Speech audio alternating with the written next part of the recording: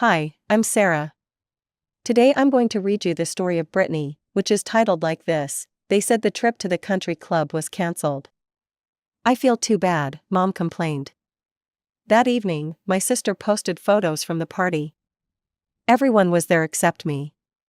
I kept quiet until my mom texted, "Send $2,000 for the mortgage." I smiled and answered, "Well, let's go." My name is Brittany, and I'm a software developer. I've been doing this job for about 5 years now, and honestly, I love it. There's something satisfying about writing clean code, solving problems, and seeing everything work perfectly when you hit that run button. I work mostly from home, which suits me just fine. I only go to the office maybe once or twice a week when there's an important meeting or something that really needs my physical presence. People always tell me I'm not very social, and they're probably right. I prefer chatting with my friends online rather than meeting up in person all the time. It's not that I hate people or anything, I just find it easier to express myself through text messages or video calls. My social battery runs out pretty quickly when I'm around too many people for too long. The remote work thing has been amazing for my finances. I managed to buy my own apartment last year with a mortgage. It's not huge, but it's mine, and I decorated it exactly how I wanted. My setup is perfect: a corner desk by the window, 2 monitors, mechanical keyboard, the works. I can code all day and still have energy left for my hobbies. My older sister Sarah is the complete opposite of me. She's like a walking party wherever she goes. Everyone loves her immediately. She got married 5 years ago to this guy Tom, and they already have 2 kids, Emma who's 4 and little Jake who just turned 2. Sarah works in marketing and somehow manages to juggle everything while still being the life of every gathering. Our parents absolutely adore Sarah. Whenever we have family dinners, they can't stop talking about how wonderful she is, how she's such a great mother, how Tom is perfect for her. Then they look at me with these disappointed expressions. "Brittany, you're 28 now," Mom always says. "Don't you think it's time you found someone special?" "I'm focusing on my career right now," I usually reply. "But what about friends?" "You barely go out anymore," Dad chimes in. "I have friends, we talk online all the time." They exchange those looks that parents do when they think their kid is being difficult. Mom will sigh and say something like, "That's not the same thing, honey. You need real connections." The worst part is family gatherings. Extended family members always corner me with the same questions. Aunt Linda loves to remind me that time is ticking and I shouldn't wait too long to settle down. Uncle Mike actually tried to set me up with his coworker's son last Christmas. I politely declined, but he kept pushing. "He's a nice boy, works in accounting," he said, "very stable job." I'm sure he is, but I'm not interested in dating right now. Mom always jumps in to defend me, but in the most embarrassing way possible. "Brittany is just very introverted," she'll say with this apologetic smile, "she needs more time." After these family events, my parents always have the same conversation with me. They'll sit me down and explain how embarrassed they felt when I wouldn't even consider meeting Uncle Mike's suggestion, or when I spent most of the party on my phone instead of mingling. "We just want you to be happy," Mom says. "I am happy," I tell them. "But you're so different from everyone else in the family," Dad adds. It's hard for people to understand. I've stopped arguing with them about it. I just nod and let them talk. Inside, I'm thinking that this is my life, and I should get to live it however I want. I'm not hurting anyone by being quiet or preferring my own company. I work hard, I pay my bills, I help them out financially when they need it. Isn't that enough? But apparently it's not. They keep comparing me to Sarah, holding her up as the perfect example of how I should be living my life. Sometimes I wonder if they even like me for who I am, or if they're just waiting for me to transform into someone else entirely. Last month, I was scrolling through Facebook when I saw Mom's post about planning a party at the country club for her birthday. She was really excited about it, posting photos of the venue and talking about how she wanted to celebrate with everyone. I immediately cleared my schedule for that day. Mom's birthday is important, and despite all our differences, I love her and want to be there for special occasions. The next day, Sarah called me while I was working on a particularly tricky debugging session. "Hey Britt, did you see Mom's post about the party?" she asked. "Yeah, looks like it's going to be nice. The country club is pretty fancy." "That's actually why I'm calling. I was thinking we should go in together on a really nice gift for her. Something special, you know? I was thinking maybe $2,000 from each of us?" $2,000 was a lot of money, but it was Mom's birthday and I had been saving up. Plus, I'd been helping my parents with various expenses over the years anyway. "Sure, that sounds good. I'll transfer it to your account right now." "You're the best, Britt, Mom's going to be so happy." I sent the money immediately through my banking app. Sarah had always been better at picking out gifts anyway, so I figured she'd find something perfect. The morning of the party, I woke up early and spent extra time getting ready. I even bought a new dress, nothing too fancy, just a simple navy blue one that looked appropriate for a country club. I was actually looking forward to it. Maybe this time the family gathering wouldn't be so awkward. Around 10 in the morning, I called Mom to confirm everything was still on schedule. "Hi Mom, just wanted to check that everything's still good for today. What time should I be there?" There was this weird pause on the other end. It lasted longer than it should have. "Oh, honey," Mom finally said, and her voice sounded strange. "I'm afraid we had to cancel the party." "Cancel? What happened?" "I'm feeling really unwell today.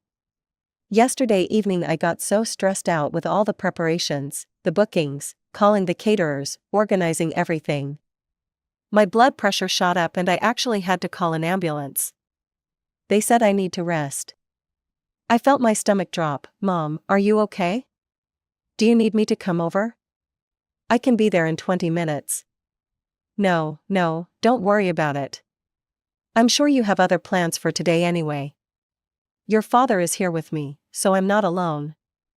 Maybe when I'm feeling better we can have a small family dinner instead, just the close family." "Are you sure? I can cancel anything else I have planned."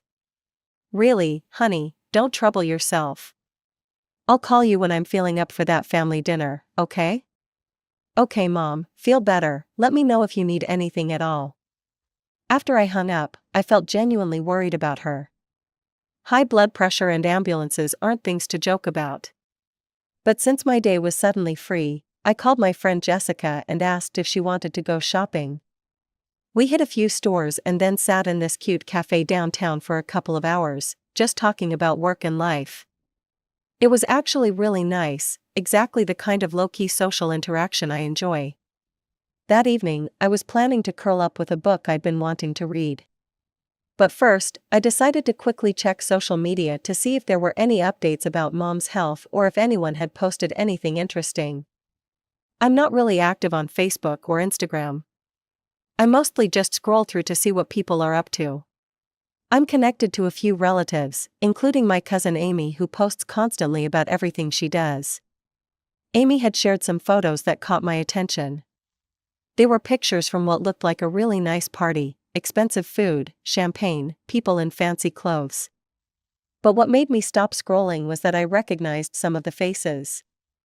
These were my relatives. The photos were originally from Sarah's account, which I wasn't following.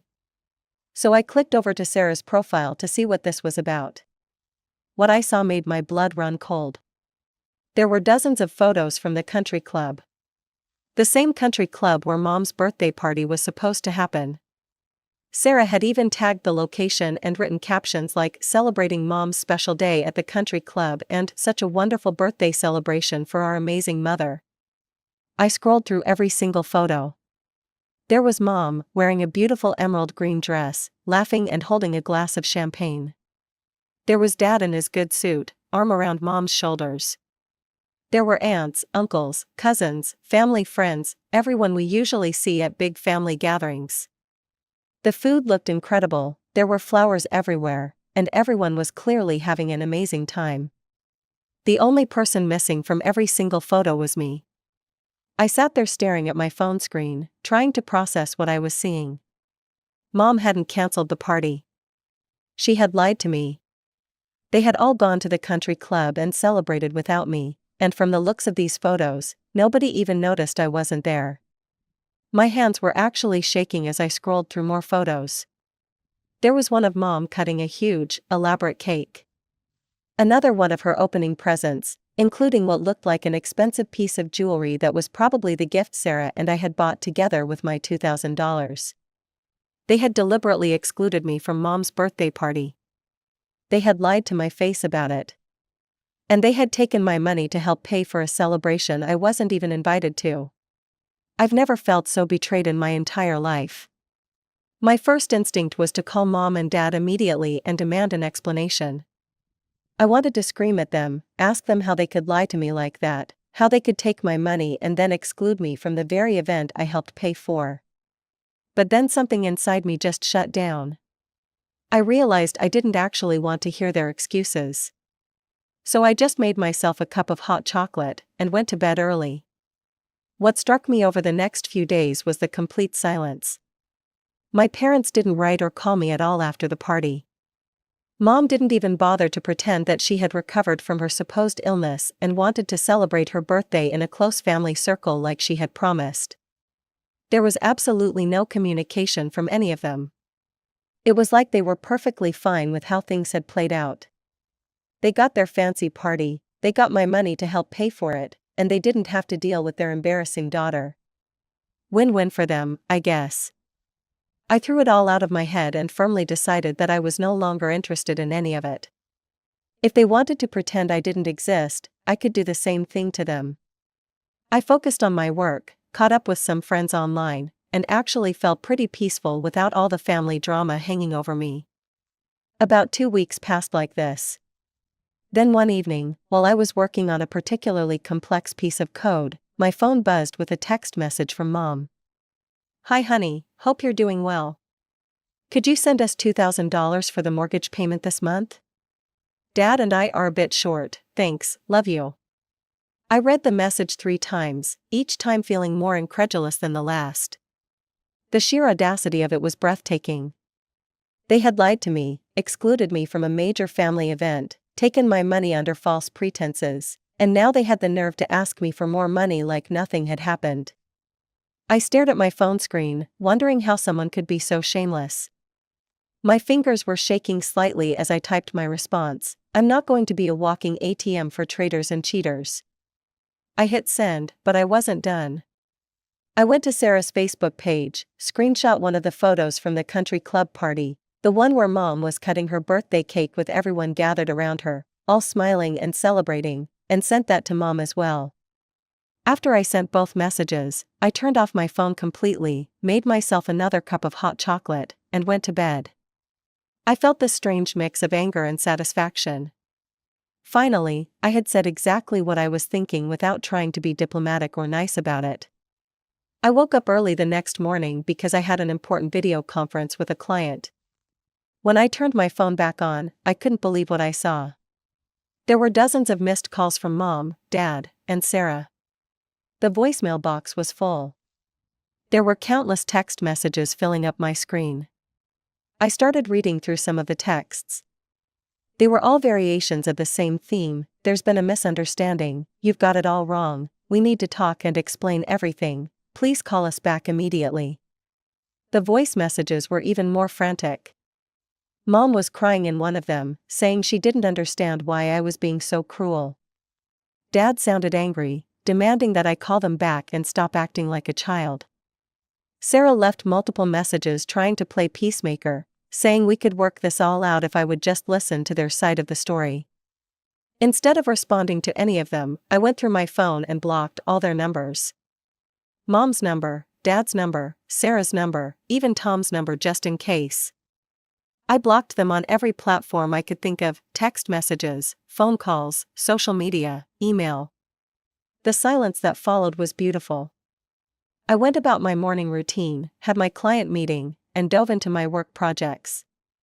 For the first time in weeks, I felt completely focused and productive. It's amazing how much mental energy gets freed up when you stop dealing with toxic family drama. But they didn't give up that easily. After a couple of days, I started getting calls from numbers I didn't recognize. At first, I answered them because they could have been work-related. But as soon as I heard Mom's voice or Dad's voice on the other end, I hung up immediately. They were clearly using other people's phones or maybe calling from work numbers. This went on for about a week. Unknown numbers calling, me hanging up as soon as I realized who it was. Then one afternoon, there was a knock on my door. I looked through the peephole and saw all of them, Mom, Dad, Sarah, and even Sarah's husband Tom. They were standing in my hallway looking determined. "Brittany, we know you're in there," Dad called through the door. "We're not leaving until we talk to you." I really didn't want to deal with this, but I also didn't want my neighbors to witness a scene in the hallway. So I opened the door. "What do you all want?" I asked, not moving aside to let them in. "We need to talk," Mom said. "Please, honey, just let us explain." Against my better judgment, I stepped aside and let them into my apartment. They all filed in and stood awkwardly in my living room. "Brittany, we are so sorry," Mom started immediately. "We never meant to hurt you, we were just trying to protect you." "Protect me from what exactly?" I asked. "You know how the family gatherings go," Sarah jumped in. "Everyone always asks you those personal questions about your dating life, about why you're still single. We thought you'd be uncomfortable. So you decided to lie to me instead?" "We didn't want you to feel pressured to come if you didn't want to," Dad said. "We know you don't really enjoy those big family events." I looked at all of them standing there, trying to sell me this ridiculous story. "Do you actually expect me to believe that? You think I'm that stupid?" They all started talking at once, overlapping apologies and explanations. But I held up my hand to stop them. "You want to know what I think really happened? I think you were embarrassed of me. I think you didn't want your friends and extended family to see your weird, antisocial daughter who doesn't fit in with the rest of the family." Mom and Dad both turned red. Tom looked uncomfortable and stared at his shoes. Sarah opened her mouth to argue, but nothing came out. "And the really disgusting part," I continued, "is that you took my $2,000 to help pay for a party you never intended to invite me to. That makes you thieves on top of liars and traitors." "Honey, that's not fair," Mom said weakly. "We spent so much money on the party that we didn't have enough left for the mortgage payment this month." "Oh, so now the truth comes out. You spent too much money showing off for your friends, and now you need me to bail you out, again." This was the part that really got to me. Over the years, I'd helped them out financially more times than I could count. Car repairs, medical bills, home improvements, Sarah's wedding costs, emergencies, vacations, I'd probably given them tens of thousands of dollars over the years. And this is how they repaid me. "I'm tired of being your personal ATM," I told them. "I'm tired of helping people who lie to me and betray me.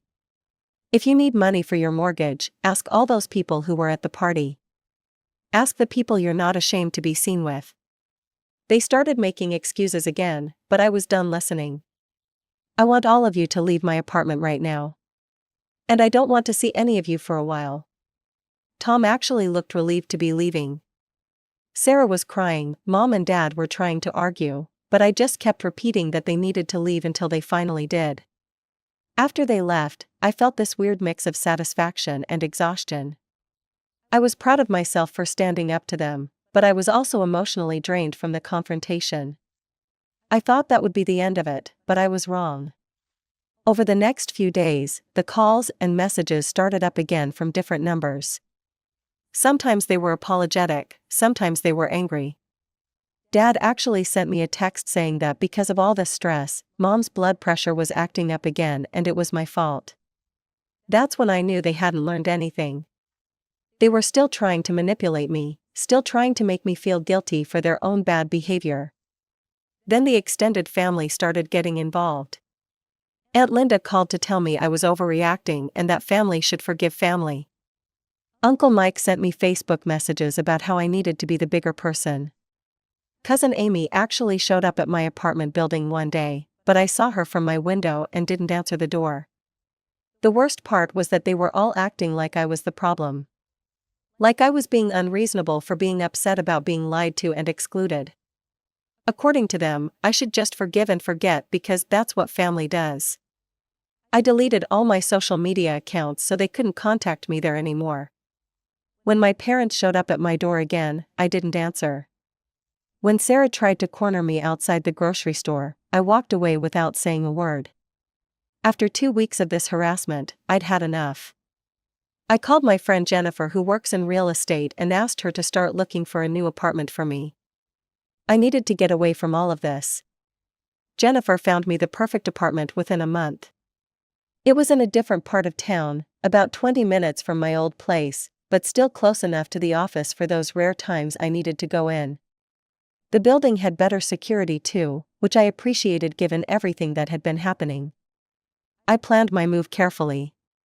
I didn't tell anyone in my family about it, not that we were speaking anyway. I hired professional movers and scheduled everything for a weekday when most people would be at work. I changed my address with the post office, updated my information with my bank and employer, and made sure to forward my mail to the new place. The only people I gave my new address to were my closest friends, Jessica, Mark from college, and a few coworkers I trusted. I also changed my phone number completely. It felt like starting fresh, which was exactly what I needed. About a month after I moved, I was checking my email when I saw a message from Mom. "Brittany, we found out you moved and didn't tell us your new address. We can't reach you on your phone either. We understand you're upset with us, but don't you think you're punishing us too severely for what happened at the party? We miss you and want to work things out. Please contact us." I stared at the email for several days before responding. Part of me wanted to ignore it completely, but another part of me felt like I needed to set some boundaries clearly. Finally, I wrote back, "I moved because I needed space from all of you. I'm not ready to communicate yet, and I haven't forgiven you for what you did. I still feel hurt and betrayed by your actions. When I'm ready to talk, I'll contact you myself. Please respect my decision and give me the time I need." I hit send and then didn't hear from them for another month. During this time, my life actually got a lot better. Without all the family drama and guilt trips, I had more energy for everything else. My work performance improved even more, and my boss noticed. I got assigned to lead a major project that could result in a promotion if it goes well. I also started dating someone I met through a friend. His name is David, and he's a graphic designer who works for a marketing agency. We met at Jessica's birthday party, and he actually approached me first. Usually, I'm terrible at these kinds of social situations, but something about David made me feel comfortable right away. He's quiet like me, but in a different way. Where I'm introverted because I find social situations draining, he's just naturally calm and thoughtful. We've been on several dates now, and I really like him. He doesn't pressure me to be more outgoing or social. He seems to actually appreciate my personality as it is. Last week was my birthday. I celebrated with my friends, Jessica, Mark, David, and a few other people I'd gotten closer to over the past few months. We went to a nice restaurant and then back to my apartment for cake and wine. It was exactly the kind of celebration I wanted, small, intimate, with people who actually understand and like me. The next day, I received birthday emails from Mom, Dad, and Sarah. They were all variations of "Happy birthday, we miss you, we love you." I actually felt touched that they remembered and took the time to write to me. I wrote back to each of them with simple thank you messages. It wasn't much, but it felt like a small step forward. I'm not sure when or if I'll fully forgive them for what they did. The betrayal still hurts when I think about it. They lied to me, excluded me from something important, took my money under false pretenses, and then had the audacity to ask for more. That's not something you just get over quickly. But I'm also starting to realize that holding on to anger takes a lot of energy. I've been so much happier these past few months without all the family dysfunction in my life. I've been more productive at work, I'm developing new friendships, and I'm even in a relationship with someone who accepts me for who I am. Maybe the space has been good for all of us. Maybe they've had time to think about their actions and realize how hurtful they were. Or maybe they haven't learned anything and they're still the same people who would rather lie to me than deal with their own embarrassment about having a daughter who doesn't fit their idea of normal. I don't know yet. What I do know is that I'm not going to rush back into a relationship with them just because they miss me or because other people think family should forgive family. If we're going to have a relationship in the future, it's going to be on my terms, with clear boundaries and mutual respect. For now, I'm focused on building the life I want. I have a job I love, friends who appreciate me, and someone special who makes me feel valued just as I am. I have my own apartment that I decorated exactly how I like it, and I can live my life without constantly defending my choices to people who should support me. The truth is, I don't know when I'll be ready to forgive them. But I know I'm not ready yet, and that's okay. I'm finally learning that it's okay to put myself first sometimes.